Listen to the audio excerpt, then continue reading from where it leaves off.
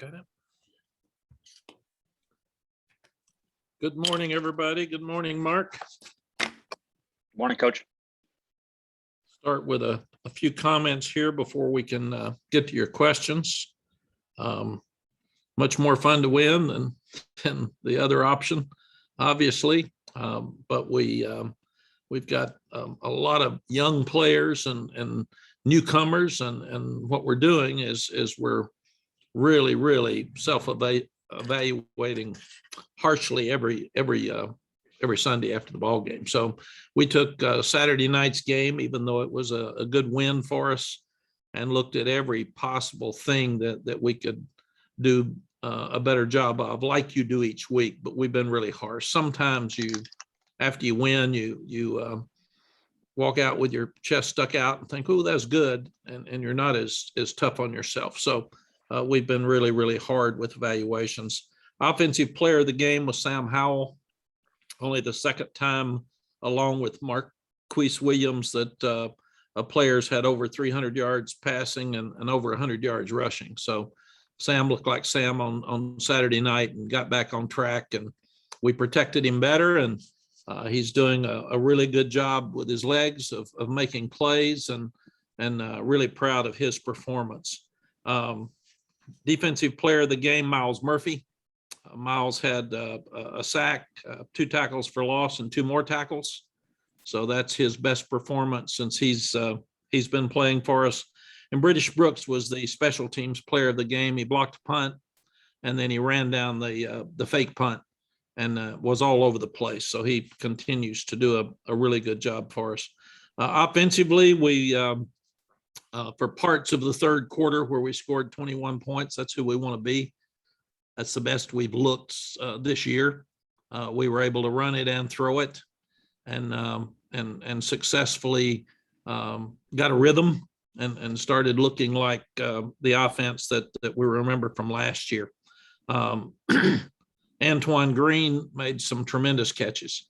Hopefully this will give him the confidence to step up now, and along with Emory Simmons, take some pressure off of Josh Downs, because Josh just continues to play at a really high level, and he's going to start getting double teams unless the outside guys play. And the catches that Antoine made were great catches. They weren't good catches. Both the touchdown and the one where he turned around were outstanding catches. Proud for our tight ends that they had 7 catches, and our staff's getting the ball to them more. 4 different guys had 7 total catches. So that will help us and take some of the pressure off of the wide receivers as well. Joffrey made the great catch down in the end zone that was ruled out of bounds, but he also dropped the deep one, and we need Joffrey to come on and add to those numbers. But offensively, we felt like there were some times in the game that we looked at least like we did last year. Defensively, we forced 3 turnovers because we had the 1 interception, the 2 fourth down stops, and we count those as turnovers. We had 5 3 or 4 and outs, which were really good. We still got to create more sacks. We missed 7 tackles in space, and we're not getting the sacks that we need, even though they got the ball out of their hands quickly and we're more of an option team. But we've still got to improve in that area. Guys that played really well defensively were Ray Vahasek, Miles Murphy, as I mentioned, Kamen Rucker, all the inside linebackers, and Kyler McMichael had by far his best game. So we're really excited about him. We also were able to play guys less plays, and we think that's something that will really help us moving forward with our program. Miles Murphy, Vahasek, and Ritzy only played 28, and 26 plays. Asante played 36, and Cedric Gray played 15. So they got to play. Cedric got to play more and did a good job while he was in there, and that'll help rest our linebackers. And then freshmen like Power Eccles and Ra Dilworth played 19 plays. So they played a lot. at the end of the game. And I was proud of the defense that the first and second defense held Georgia State to a little over 100 yards in 3 quarters. And then our young ones gave up the big run by the quarterback at the end of the game, which we were disappointed in, but they've got to learn how to play. But we were able to get a lot more guys in the ball game, and that excited us moving forward. Awesome Richards and Jordan Tucker played well. Josh Downs played well. And I mentioned Antoine Green. Also, Kamari Morales played by far his best game. So that was a real positive for us as well. We only had 1 penalty offensively. William Barnes was downfield on a pass. So we are starting to eliminate penalties. I think we had 3 for the game. Overall, you start looking at how hard it is to win. And you got to quit worrying about who's the best team. It's who's the best team on Saturday. Because every weekend now, and it seems like more and more, we see just shocking upsets. And you all saw them. I'm not going to go back over them, but it's real and it's here. So you can't worry about who you're playing. You better play good, and you got to play good every week to make sure that you get where you need to get. You just got to win, and winning is really, really important. As far as Virginia is concerned, and I am concerned about our injuries, but there's nothing we can do about it. It's our 3rd year. So we've got to start having guys ready to step up and play. I really hate it for Day Hollins. He's turned his life around. He's doing really well in school. He was becoming a legitimate corner for us where he could go in and play at any time. So I hate it for him. I hate it for us as a team, but I even hate it more for him because he's been so positive in everything he's done. Virginia's played really, really well. It's basically the same team that we've played for the last 2 years, with only the quarterback change from last year. Brennan Armstrong played against us last year and did a great job. And he's just a winner. He's tough. He's smart. He can throw the ball well in the pocket, but he can scramble and make plays down the field as well. They've got all 5 starters back from an offensive line that has 121 starts, and they rushed for 210 yards against us last year and held us to 210. So they were more physical than we were, and we had to battle just to hang in the game. And the game for the last 2 years has been good. It's come down to the last drive, and that's the type of rivalry that this is. Just looking at it, it's the South oldest rivalry. We've played Virginia 15 more times than anybody else in the ACC, and both went into the ACC in 1953. I'm not sure why they're not rated higher. They've outscored William and Mary in Illinois 85-14, and they've looked really, really good doing it. And it's the same team back from last year. So again, I think they should be rated higher than they are. Brennan Armstrong's completing 71% of his passes. He's got 7 touchdowns and passing and 2 rushing and 744 yards passing. And they've done a great job with the transfer portal. You start looking at the big tight end, Jelani Woods, 6'7", 270, and they hit him down the middle. And Thompson has been a tremendous player for them, coming from Mississippi State. They play him all over the place. He's played quarterback. He can play wide receiver. He's really a good player. Defensively, again, they held us to 93 yards last year. They had 5 sacks against us. We haven't done well against them in the red zone. We were 0 for 3 2 years ago and only 3 for 5 with touchdowns last year. And again, they've got Nick Mason, Taylor Blunt. They're big. They can run. They are a multiple defense because Bronco's got an experienced staff and they do a tremendous job coaching. And they get you in 3rd down and long, which we've been in a whole lot. And they're very multiple, and they give you a lot of problems. And they've got 7 starters returning on defense and 8 returning on offense. So it's an experienced team. We'll have our hands full. I did notice we were 9-4 at home after the weekend, and lost to number 1 Clemson, lost to number 2 Notre Dame, lost to App State, and lost to Virginia. So those are the 4 games that we've lost at home in our in our 2 years and 1 game coming back. Questions? Thanks, Coach. If you have a question, please use the raise hand button. And we will begin today with Mike Barber. Go ahead, Mike. Morning, Mac. Greetings from Virginia. I'm curious, it's such an unusual schedule to have 2 division games in your first 3 weeks. I know it's 1 game at a time and all those kind of things, but do you warn the guys against putting too much pressure on themselves, or do you talk about how pivotal this game could be, even though it's week 3? Mike, they know it. I mean, these are smart kids on these 2 teams. You don't have to. You have to tell them to take a deep breath and get ready to play. It'll be a great game. But I don't like opening up on the road with a conference game. I wouldn't have done that. That was obviously our league and TV, and especially at a tough place to play. I'd rather Virginia's such a rival game. I'd rather it be pushed back in the schedule, because I think it builds up to that more than early. But nobody asked me, so I don't have any input whatsoever.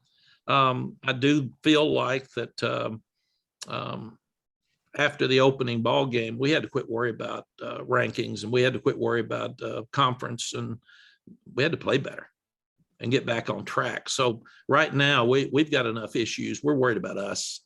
We've got to figure out why we're inconsistent in the running game. We got to figure out why we still have sacks, and we're still missing tackles and not getting sacks. So we've got a lot of things we've got to fix, Mike, that we can't worry about. Virginia's playing much better than we are. Thank you. Andrew Jones. Andrew Jones, go ahead. Hey, Coach, I think you sort of just hit on what I'm going to ask you. You said that you had some really hard evaluations coming out of a game like this. The score may camouflage some things that didn't go very well. What were a couple of things that stood out that concern you from this game that were also an issue in the first game as well? Andrew, we screwed up, and we've got expectations entirely too high. When you win 59-17 and people are mad, things have moved on from 2 years ago where we won 2 games. So I do understand that without question. The questions for me coming off at halftime are, what's wrong? And we were up 24-10. I thought, what's wrong? I'm not sure. We got to look at it. So what we do is there was a stretch on offense in that third quarter. We scored 21 straight points and looked as good as we've looked since we've been here. So I'm really, really excited about that. The defense held them to 100-something yards. Only the one drive in the second quarter, the 75-yard drive, was a really nice drive by them. And I thought we played too many young guys and didn't substitute enough. We've got to be smart. We've got talented young guys, but you can't leave them out there forever. Let them play, let them grow up, and we'll start being able to play them more as the season goes on. But if they're moving the ball on you and those young guys are out there and they're getting a little bit winded, get them out. Get your starters back in the game and let them play. And then I thought our third quarter was the best quarter of football we've played this year. I still don't like the fact that we're not doing well on first downs. I checked it. We've thrown 34 or 32 times on first down, and we've run 32 times on first down. So we've been very, very balanced with our first down calls. But we're going back and looking at every call in the ball game. We're looking at every play in our 2 ball games. And if there is penetration, if there is a run that's less than 4 yards, why? Because a successful run is 4 yards. And we're going back and studying exactly why. We're looking at first down runs against our defense again, so you can try to get to a second long, a third and long. And then you're looking at I didn't mention the kicking game. I should have. We blocked a punt for the first time in 3 years. I thought that was against the rules, the NCAA rules, and we checked it and they said it was okay. So we actually blocked one, but we're not returning them. We still haven't had a punt return, and Josh Downs is a weapon. So we've got to do a better job, and it's basically because we're not holding up their gunners well. So that's a concern. I was really proud of the fact that Georgia State had a tremendous design on their fake punt. That sucker a run and an option. That if our guys hadn't had speed and been aware, run it down, that would have been a first down, and they nearly made it anyway. So I was proud that we stopped the we stopped the fake punt. Our punter did a great job. He had a 53-yard punt. We covered it well, and they had to have a fair catch. And then even Cole Maynard, our freshman punter, got in to have a chance to do it. And Jonathan Kim kicked the ball over the goal line every time on kickoffs. We did miss a field goal. So I think inconsistency on offense again, trying to get more pressure on the quarterback, even though there's got it out of his hands fast, still stopping the run on first down and making sure that they were making 4+ yards on first down. And the one issue of trying to return more punts are the things that we're looking at mostly. You also mentioned the special teams after the game the other night, some areas that you're seeing improvement in. How much do you attribute this to the fact that the guys had time with Coach DeWitt and they're better understanding the terminology and the philosophy that he has for special teams, which might be a little different from what they had seen before?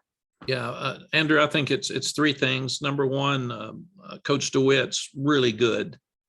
He's one of the best in the country at what he does. Number two, he has had a year to study our personnel and practice all of the kicking game full speed in spring practice. And we did that more than we've ever done it before. And then thirdly, we've got more players. We got more depth and faster players. So even some of the freshmen that are on kick teams will get better each week, but they're just so inexperienced.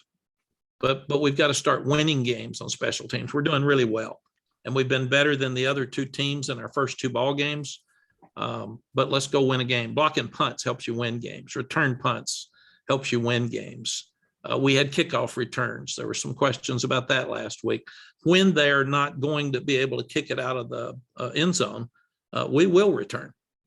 And especially if we think there's things there, and we had opportunities on kickoff returns that we didn't get accomplished because we messed it up. So it was good that we have got it on video now, and we've gotten some live work against an opponent so we can improve in that area as well. Thank you. Over to CL Brown.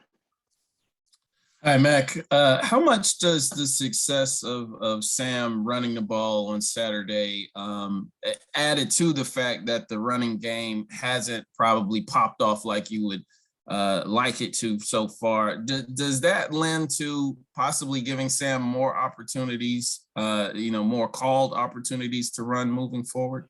It does, CL. We even moved the quarterback some in the third quarter on bootlegs and naked plays and getting Sam on the corner, and that really helped us as well. But I do feel like that we need to get him to slide more. He still likes to be physical. And I want him to go down unless it's on the goal line or a fourth and short where he's got to make the line to gain. But I feel like that he's running so much better. What a great run for the 60-something yard run for a touchdown. When I was screaming, get down, until he didn't, and then he scored. But he's a valuable runner for us. And that's obviously going to be a huge part of our running game this year. Because of the two guys we lost. And that's good, and that's okay. We had Vince Young and Colt McCoy both at Texas who were valuable runners for us and ran for a bunch of yards. And people gripe because traditionally we're supposed to have running backs making the yards and quarterbacks throwing the ball, and it doesn't matter. You got to win. And Sam now has become an outstanding runner. And that also should help his stock moving forward because he is not hesitant to take it down and run with it. We just want him to take care of himself. And this next question, I promise I'm not trying to get you fined, but in these first two games. But you are. Don't ever listen until somebody says but or however, and then you know they're going to give you the question. So I got to the but. So go ahead and get me fined. These first two games, you guys have had some calls that have gone up to replay, and the call on the field ended up standing, even though from looking at it, my personal view, looking at it on TV replay, it seemed like the call should have been reversed a couple of times. I was just wondering if you were noticing any kind of trend, or if you feel any particular way about that in terms of it maybe even pressure on officials just to uphold, without some kind of substantial, egregious mistake being made on the field, that they're just going to stay with what's called on the field in normal time. CL, I absolutely agree with you. And I think that it seems like that the call on the field is going to stand unless it's just so overwhelmingly obvious on TV that it was not. And that's why we're still leaning so much on the officials' call that I wonder why do we have instant replay? I've always felt like we should have one of our strongest officials in the booth, and he should be evaluating the call, because all we want is the call to be right and to be fair to the kids on the field. And if we're going to lean so heavily on what is called on the field, then we're trusting the call on the field more than instant replay. Why waste all of our time with instant replay? And so I'm in total agreement with you. And I don't think that gets me fined, because I'm not questioning the call. I'm questioning our process. And I really feel like that's something that should be reevaluated nationally. All right. Thanks, Coach. Thank you. Greg Barnes, go ahead. Hey, Mac, this offseason, Bronco Mendenhall said a couple of times that he felt like his offense could be the best that he's had in Charlottesville. You touched on Virginia's experience and what they have coming back. Are there any other changes that you've seen for that offense for them to function as well as they have thus far? Yeah, that big tight end.